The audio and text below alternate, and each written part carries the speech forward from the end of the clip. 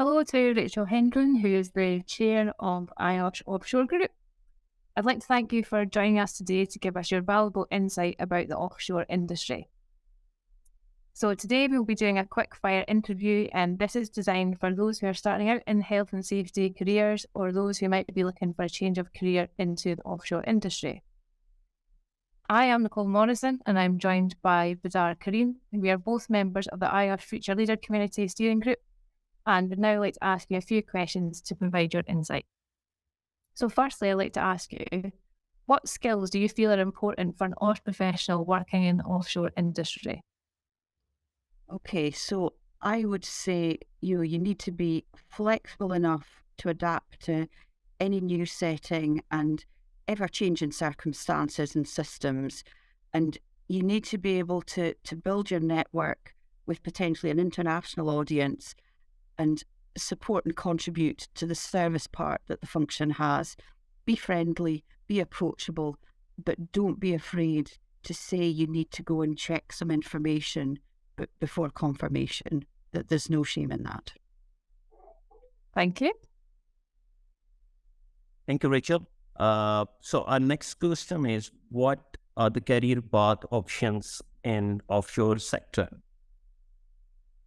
Okay, so working offshore, you can become a safety coach or an advisor.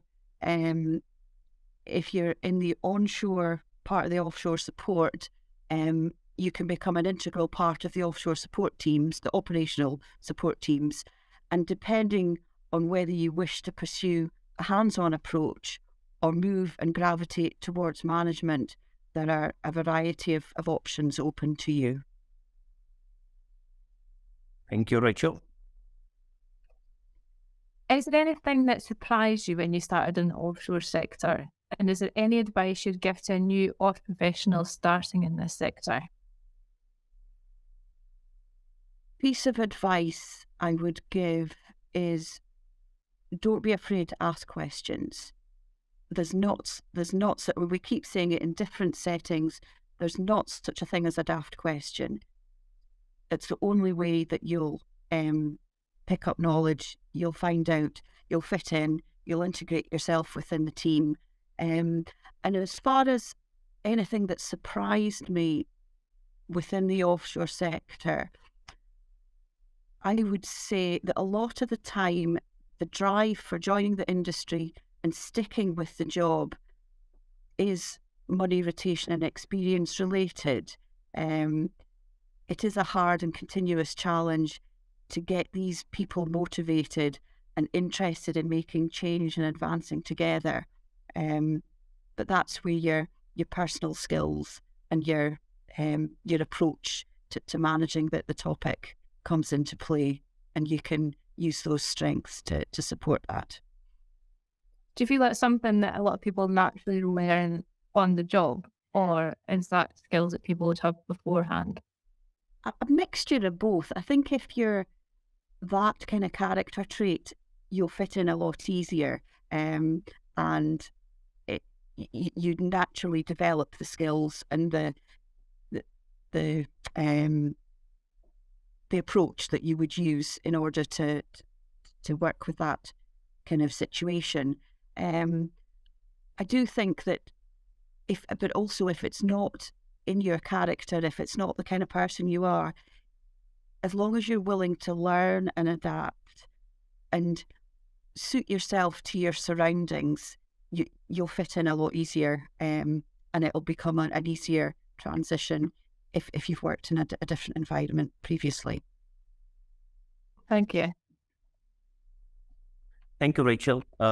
You mentioned about that adaptability and development with the changing in the industry. So my question is connected to that. How is the industry changing with the increase in offshore renewables?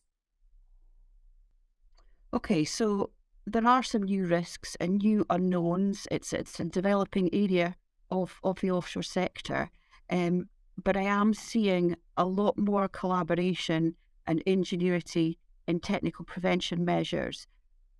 That said, there are still some of the old risks and incidents showing up reasonably regularly, and I think as the wind and the offshore renewables area of the sector gathers pace and develops further, people are adapting more and being able to collaborate. We're seeing a lot more collaboration, sharing of ideas, sharing of lessons learned, and I think it can only be for the better. Thank you, Rachel. I think this question might be slightly related, but what are the biggest challenges faced by OSH professionals in the offshore sector?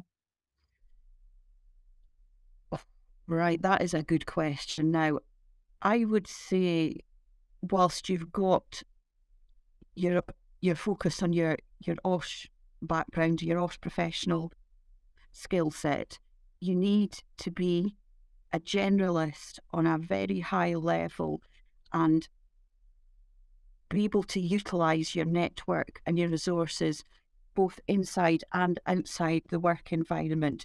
Don't be afraid to, as I said in one of my previous answers, don't be afraid to say, I need to go and find out some more about that. Let me check on that for you. Let me seek some more guidance. You're not the expert.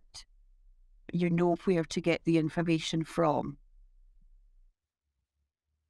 I think that's always important enough. I think we always want to be the person that has all the answers, but you don't necessarily have to have them on hand. That you know can't. how to locate them.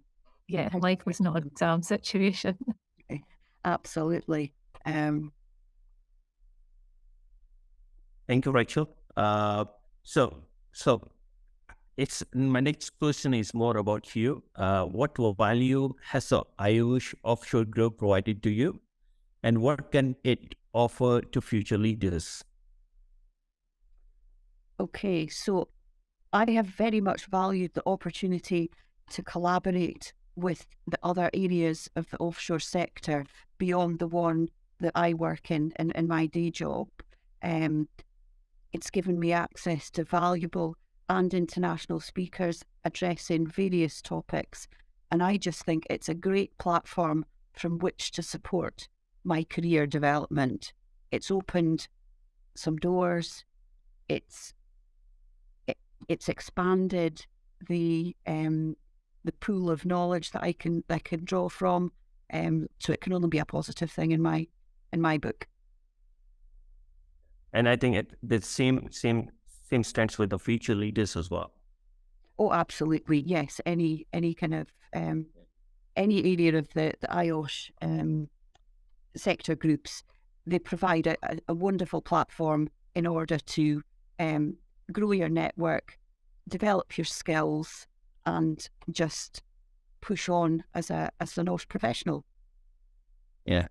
That's really good, and it's great to hear about the insight of the offshore industry and IOSH Offshore Group as well.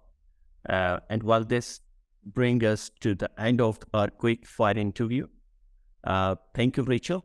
That was really useful information, and we are sure it will help to inspire many of new OSH professionals. Thanks very much, Rachel. Perfect. Thanks for the opportunity to take part in this and support some future leaders. Thank you, Rachel. Thank you, Nico. Thank you.